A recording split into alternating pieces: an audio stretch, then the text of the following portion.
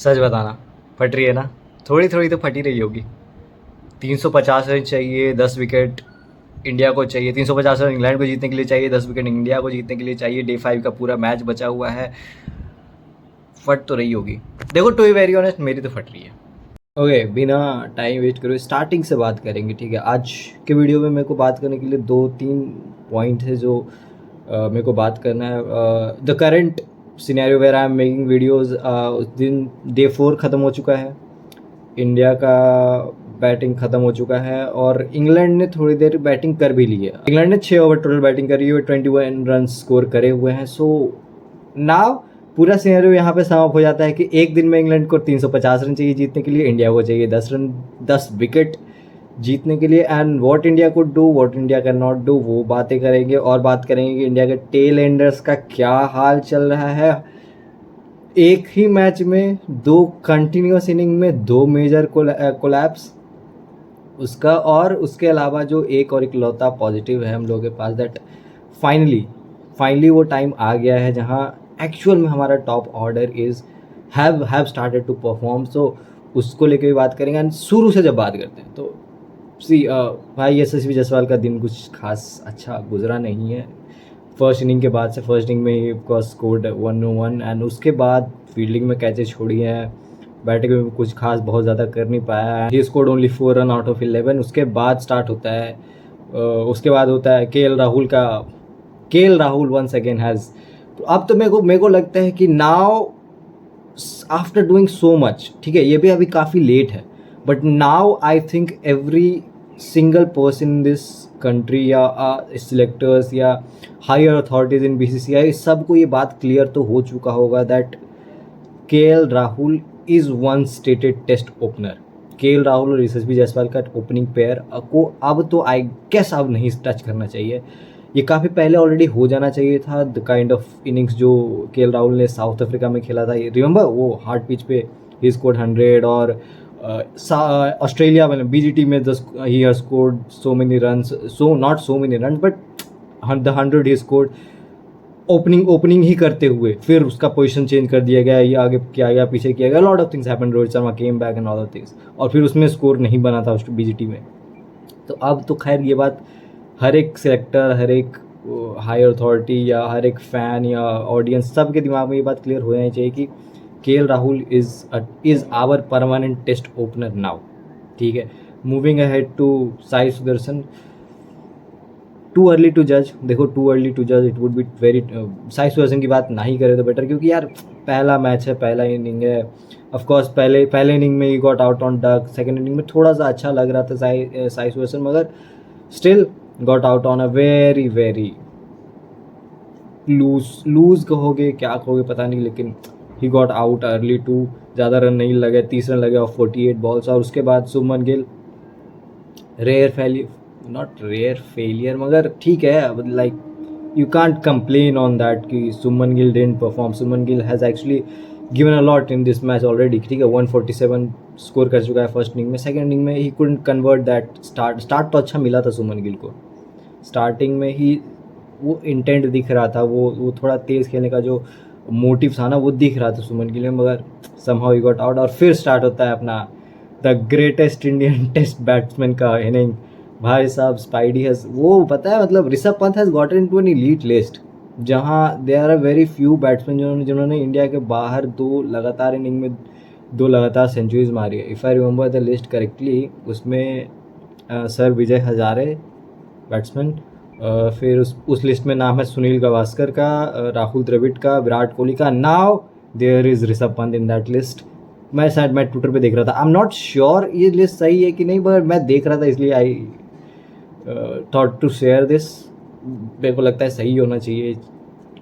तो भाई ऋषभ पंत की तो जितनी बात कर लो, जितना तारीफ कर लो, Rishabh Pant as a test batsman is a totally second league player, मतलब like top of league player.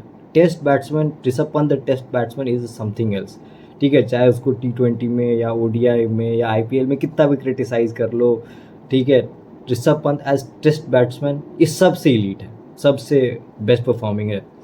Now after Rishabh Pant the problem arises. Karun Nair, देखो अब करुण नायर, अब अगर आप साई सुदर्शन को लेकर बात नहीं करना चाहते हो, that it's too early to जज। मेरे को लगता है करुण नायर के लिए भी बात उतनी नहीं करनी चाहिए। Sai Sudharsan should be given one more chance I guess. और ये तो कंफर्म है कि कम से कम 3 मैच तो इस सीरीज में करुण नायर को मिलने ही वाले हैं।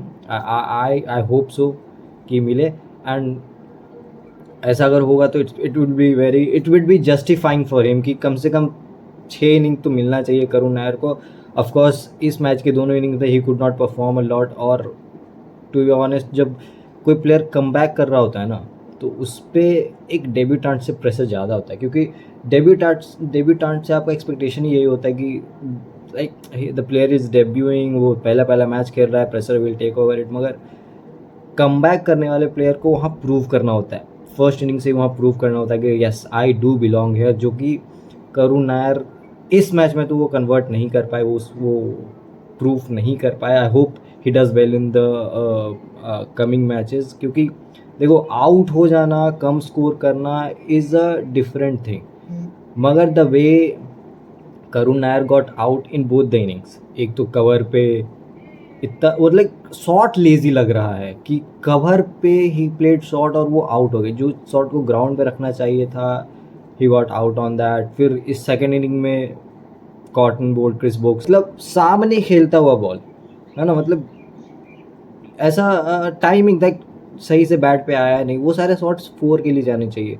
जितना टाइम से he has been playing the first class cricket और हर जगह काउंटी क्रिकेट और कितना टेस्ट और सब कुछ खेल के आ रहे हैं, उसके बाद ये माइनर मिस्टेक्स होना और ये जो होता है ना डर्टी डिसमिसल्स, लाइक एक बॉलर के एक्सेप्शनल बॉलिंग के कारण बैट्समैन आउट हो जाता है, वो आप जस्टिफाई कर सकते हो कि ठीक है यार बॉल ही अनप्लेयर था, मतलब the ball deserved a wicket, और ऐसा आप कह सकते हो उस चीज़ को लेकर। मगर जहाँ टेस्ट में एक बैट्समैन खुद से विकेट दे के चला जाए, that's pretty sad, but I hope he does well in the upcoming matches. और उसके बाद स्टार्ट होता है, ठीक है, यहाँ तक तो था इंडिया का टॉप ऑर्डर, जिसको आप टॉप टू मिडिल ऑर्डर जिसको आप उतना क्रिटिसाइज नहीं करोगे, they all have perform, they all have turned up, ठीक है। इन 5 बैट्समैन में से Karun Nair is the only batsman जिन्होंने अभी तक सेंचुरी नहीं लगाया, बाकी ऑल 4 ऑफ देम हैज़, जैसे भी जायसवाल का सेंचुरी आ गया, गिल का सेंचुरी आ गया, केएल का सेंचुरी आ गया, ऋषभ पंत का तो 2-2 सेंचुरी आ गया, तो टोटल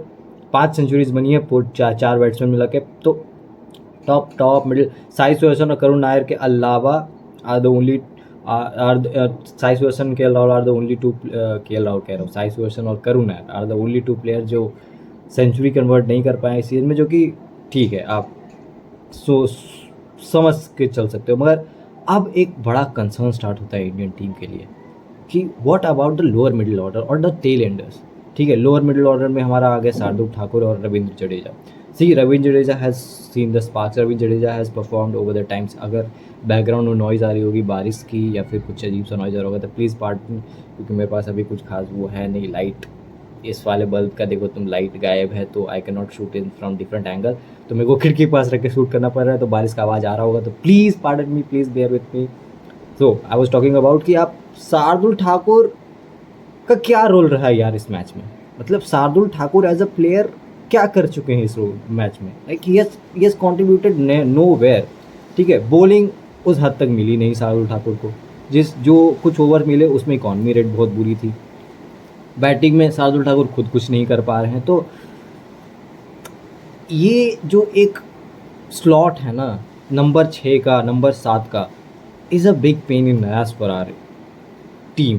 लाइक सुमन गिल को इसका एक सॉल्यूशन निकालना पड़ेगा कि क्या शार्दुल ठाकुर को एक और मैच देना चाहिए, या फिर इट्स टाइम कि हम लोग अपना बैटिंग स्ट्रॉन्ग करने के लिए नीतीश कुमार रेड्डी को टीम के अंदर करें। क्योंकि देखो अपकमिंग मैच में तो एक और चीज़ ये होने वाला है दैट ये भी एक प्रेशर रहेगा, अगर ये मैच खुदा ना खास्ता हार जाते हैं तो ये भी एक प्रेशर रहेगा कि बैटिंग को स्ट्रॉन्ग करनी है हमें, लोअर ऑर्डर को और स्ट्रॉन्ग करना है, मगर नेक्स्ट मैच में Bumrah will not be there, so वो भी एक बड़ा कंसर्न रहेगा कि शार्दुल ठाकुर और नीतीश कुमार रेड्डी अगर बैटिंग को स्ट्रॉन्ग करने जाओ, बैटिंग के लिए है ना, बैटिंग को प्रायोरिटी रख के जाओ, तो वहाँ पे सोचोगे कि नीतीश कुमार रेड्डी को ले लेते हैं, who is a batsman who can bowl, ठीक है। Nitish Kumar is a batting all rounder, Nitish Kumar Reddy is a batting all rounder, तो वो बैटिंग में ज़्यादा कंट्रीब्यूट करेगा।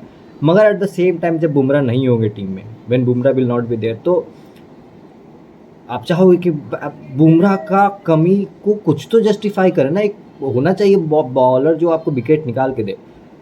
इसका सॉल्यूशन मेरे को ये नज़र आता दिख रहा है कि once Bumrah will get out of the team, once Bumrah like ऐसा अनाउंसमेंट ऐसा लग तो रहा है कि Bumrah will not play the second test. So मेरे को लग रहा है बुमराह की जगह directly Arshdeep Singh will come inside the team. और ऐसा लग रहा है कि Prasidh Krishna is going to miss the next match. उनके जगह पे there will be Kuldeep, there might be Kuldeep Yadav. मैं अगर ऐसा होता है मैं इसके फेवर में ऑनेस्टली नहीं हूँ। मैं चाहता हूँ कि 3 फास्ट बॉलर से खेले हमारी टीम, प्रॉपर फास्ट बॉलर से, सिराज, कृष्णा और अर्शदीप नेक्स्ट मैच में, और उसके अलावा जडेजा हो और नीतीश कुमार रेड्डी को देना चाहिए अगला मैच। मेरे को नहीं नज़र आ रहा है कि how Shardul Thakur is contributing as a player in this team. हाँ देखो, विकेट टेकिंग लक है शार्दुल ठाकुर का, he is a good bowler, great batsman, वो खड़ा रह सकता है 50 बॉल, बट ही कुडंट। तो अभी it will be very very very interesting to see. मैं अगर मेरे को पर्सनली पूछा जाए कि what my preference would be, तो मैं तो चाहूँगा, अगर मतलब क्लियर कट अगर मेरे को पूछा जाए कि मैं क्या करता अगर मैं गिल की जगह पे होता, I would have given another chance. I would have taken a chance on Shardul Thakur, क्योंकि Shardul Thakur is a very like काफ़ी पुराना प्लेयर है and he has performed in the past. और one in a way Shardul Thakur is also coming back in to the team, ठीक है। तो come back करते हुए अगर आप बैट्समैन्स को 2 मैचेस दे सकते हो, साई सुदर्शन और करुण नायर को आप 2 मैच दे सकते हो, तो आई होप आई अगर मैं सुमन गिल की जगह पे होता तो मैं शार्दुल ठाकुर को एक और मैच देने वाला था। कुलदीप यादव को और नीतीश कुमार रेड्डी को एक मैच और के लिए इंतज़ार करना पड़ता है to get into the team. और रही बात बुमराह की, तो लाइक टू लाइक रिप्लेसमेंट है भाई। मेरा सिंपल सा फंडा होता है, Bumrah if Bumrah is resting, Arshdeep Singh get into the team, simple as that. And moving ahead to the tail ender problem of our team. भाई यार ये क्या है, मतलब क्या हमारे टेल एंडर सिर्फ इंस्टाग्राम रील्स और बीसीसीआई टीवी के लिए कर रहे हैं प्रैक्टिस सेशन में? मतलब see no one is expecting कि बुमराह, सिराज और प्रसिद्ध कृष्णा आके 30 रन या 50 रन की इनिंग खेल के जाए। इतना एक्सपेक्टेशन है सिर्फ हम लोग से, कि हम लोगों का उनसे, कि आप 50 रन मत मारो, मगर 50 बॉल तो खेल लो, 30 बॉल तो खेल लो कम से कम। Like if a batsman is on the other hand, Ravindra Jadeja हो गया या शार्दुल ठाकुर इन फ्यूचर हो गया, नीतीश कुमार रेड्डी इन फ्यूचर हो गए, या ऋषभ पंत इन फ्यूचर हो गया, कोई बैट्समैन उधर सेट बैट्समैन 80-90 पे खेल रहा है and he has a chance कि वो अगला 10 ओवर खेलना है या अगला 20 ओवर खेलना है और आपको वहाँ क्विक रन्स चाहिए, there need to be a player जो खड़ा रहे ना दूसरे साइड। चाहे आप बात कर लो, आप टेस्ट की बात कर लो, इसी सेम ग्राउंड पे स्टोक्स ने 360 ऑस्ट्रेलिया के खिलाफ एसेस में मारा था। उसके स्टोक्स ही अगर वो नहीं कर पाता, अगर उसके सामने एक टेल एंडर बॉलर, 11 नंबर का bowler, I don't remember the name, कौन था वो बॉलर, मगर इंग्लैंड का कोई तो ऐसा बॉलर होगा ही ना टेल एंडर। 9 विकेट, अगर आप 9 विकेट गिर चुका है टीम का, तो ऑफकोर्स स्टोक्स के साथ कोई एक बॉलर ही बैटिंग कर रहा होगा वहाँ पे, एंड ही स्टूड देयर। अगर वो खड़ा नहीं होता तो Stokes could have never chase 360 in previous overs. और आप वो याद कर लो वर्ल्ड कप वाला मैच जहाँ ग्लेन मैक्सवेल हिट 200 रन एक टांग पे, जब वो अफगानिस्तान के खिलाफ मैच जिताया था, उधर भी पैट कमिंस खड़ा था दूसरे साइड पे, 60 बॉल खेला था Pat Cummins, he played 60 balls हर एक टीम का। अरे no one is asking for runs, but at least you can stand out there, ठीक है। एज अ बॉलर आपको आपके हाथ में बैट मिलता है तो आप कम से कम 5 ओवर या 6 ओवर खड़े तो रहो वहाँ पे, कुछ ओवर कुछ पार्टनरशिप भी तो कर लो, कंट्रीब्यूट बहुत मत करो, मगर खड़े रहना, विकेट को रोक के रखना इज़ अ ग्रेट थिंग। यहाँ पिछले इनिंग में 40 रन पे 7 विकेट गिर गए, 6 विकेट गिर गए, इस इनिंग में 30 रन पे सारा का सारा कोलैप्स हो गया। मैं तुम्हें पूरा का पूरा, मतलब भाई यार 333 पर 5 से 364 पे 10 हो गए हम लोग, ये कैसा कोलैप्स है? कैसे चलेगा काम इस तरीके से? अगर कोई टीम 350 रन अराउंड मार देती है 4 या 5 विकेट के लॉस पे, it is pretty much stated कि हम लोग को 450 और 425 के अराउंड जाना चाहिए था। आई वॉज होपिंग, जब केएल राहुल और ऋषभ पंत का शतक लगा, I was pretty much hopping कि भाई अब तो 450 का मिल रहा है टारगेट पास इंग्लैंड को, क्योंकि थर्ड सेशन में आएगी इंडिया, 20 ओवर एकदम ताबड़तोड़ बैटिंग करने वाला है, बिल्कुल T20 स्टाइल में, जो भी बैट्समैन आएगा मारेगा। और हुआ क्या? उल्टा 370 रन पहुंचे हैं हम लोग। और उसमें भी कल एक भी विकेट नहीं गिरा इंग्लैंड का। तो it is a major concern for India in upcoming times. और होता यही प्रॉब्लम है, जब टेल एंडर्स परफॉर्म नहीं कर पाते हैं, ऐसे सब कोलैप्स होता है ना, तब कैप्टन के ऊपर ये प्रेशर बढ़ जाता है कि मैं अपनी बैटिंग को और लंबा कैसे करूं और सही कैसे करूं। और वहाँ पे फिर आप बॉलिंग से कॉम्प्रोमाइज़ कर लेते हो। और एक तो ये बॉलिंग जहाँ हम लोग 5 प्रॉपर बैट्समैन के साथ खेल रहे हैं, वहाँ बुमराह का साथ देने के लिए कोई नहीं है। जहाँ बैटिंग लंबा करके नीतीश कुमार रेड्डी को शार्दुल ठाकुर की जगह अगर ले आए टीम में, तब तो और बुरा हालत हो जाएगा हमारे बॉलिंग का। जो एक कुछ कुछ थोड़ा चांस होता है कि शार्दुल ठाकुर विकेट ले लेगा, वो भी और कम जाएगा। तो ये एक तो एक आगे कुआं पीछे खाए वाला सिचुएशन क्रिएट हो जाता है। विराट कोहली के एरा में भी बॉलर्स हुआ करते थे। विराट कोहली भी 5 बॉलर्स के साथ खेलते थे, right. There used to be Umesh Yadav, there used to be Ishant Sharma, Mohammed Shami, ये और भुवनेश्वर कुमार, ये सारे बैट्समैन होते थे। लेकिन वहाँ पे द बेस्ट थिंग वॉज कि पहली बात तो बॉलिंग में कोई भी किसी को सपोर्ट नहीं कर रहा होता था। यहाँ चल रहा है कि विकेट लेने का जिम्मेदारी जसप्रीत बुमराह के ऊपर है, बाकी बॉलर्स दूसरे तरफ से सिर्फ स्पेल पे स्पेल डालेंगे, चाहे वो शार्दुल ठाकुर हो, सिराज हो या प्रसिद्ध कृष्णा हो, दूसरी तरफ सिर्फ स्पेल डालना है। पहले इनिंग में 5 विकेट लेके गया बुमराह और बाकी अदर टीम मिला के 5 विकेट लेके गए। विराट कोहली के टाइम पे क्या होता था, every bowler was a wicket taker, चाहे वो उमेश यादव हो, ईशांत किशन हो, शमी हो, भुवनेश्वर कुमार हो, जडेजा हो, अश्विन हो, every one of them were wicket takers. हर एक के पास वो स्किल था और हर एक वो कोई किसी को सपोर्ट नहीं कर रहा था। Every one were hunting in like pairs, अब हंटिंग इन ग्रुप कि हम लोग मिल के विकेट लेंगे। That what happening. एक विकेट वो लेता था, एक विकेट वो लेता था। और बैटिंग की बात कर लो उस वक्त पे, उमेश यादव, मुझे अभी भी याद है, उमेश यादव हो या मोहम्मद शमी हो, अगर वो बैटिंग करने आते थे 2 छक्के तो कन्फर्म है कि लगना ही लगना है। भाई बंदा पैर खोल खोल के छक्के मारता था। अरे अगर आप डिफेंस नहीं कर सकते, 5 ओवर खेल नहीं सकते, तो आप घुमाओ बल्ला, मारो छक्के।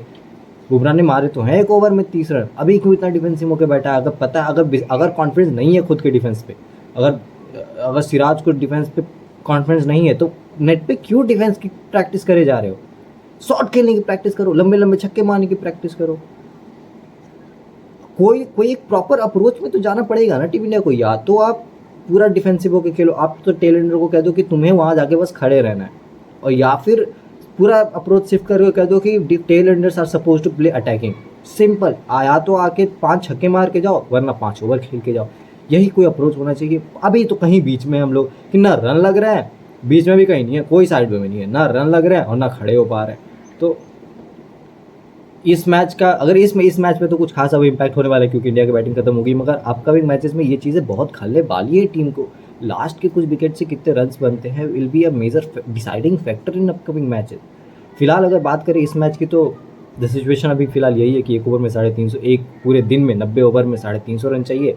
इंडिया को 10 विकेट चाहिए था जीतने के लिए। तो वेरी ऑनेस्ट, अगर ये same scenario Virat Kohli captaincy के अंदर होता, मैं अभी यहाँ जश्न मना रहा होता कि हम लोग जीत रहे हैं मैच। मगर सुमन गिल यार, अभी हम लोगों ने उसकी कैप्टनसी का एक ही इनिंग देखा है, तो you don't know how he turns up today. क्या वो बीस्ट अनलॉक करेंगे? क्या वो वही same unlocking the for the next 90 over they should feel like hell वाला डायलॉग रिपीट करने वाले हैं या नहीं? तो it will be interesting to see. I am hoping. मेरा थोड़ा थोड़ा फट भी रहा है, मेरे को लग रहा है कि और एट द सेम टाइम थोड़ी बारिश की प्रेडिक्शन भी है। तो अगर तो तीनों रिजल्ट पॉसिबल है। ड्रॉ भी हो सकता है। ड्रॉ होने के लिए बारिश का बहुत बड़ा रोल होगा। अगर 1.5 सेशन या ऑलमोस्ट 2 सेशन 50-60 ओवर तक, 40-50 ओवर बारिश हो गई आज, तब तो बहुत चांसेस है कि मैच ड्रॉ ही हो जाए।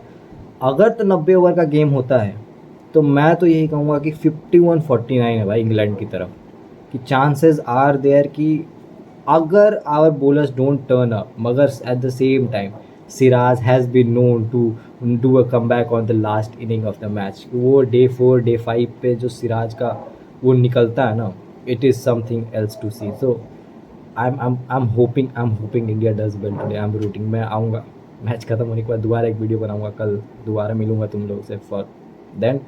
अगर तो मेरा बात और बैकग्राउंड वाइज अच्छी नहीं आ रही, अगर मेरी बातें अच्छी लग रही होंगी, अगर you are liking the video, you know what you are supposed to do, right? Do the formals, do the formalities. I'll see you in the next one. ख्याल रखो, खुश रहो, bye bye bye.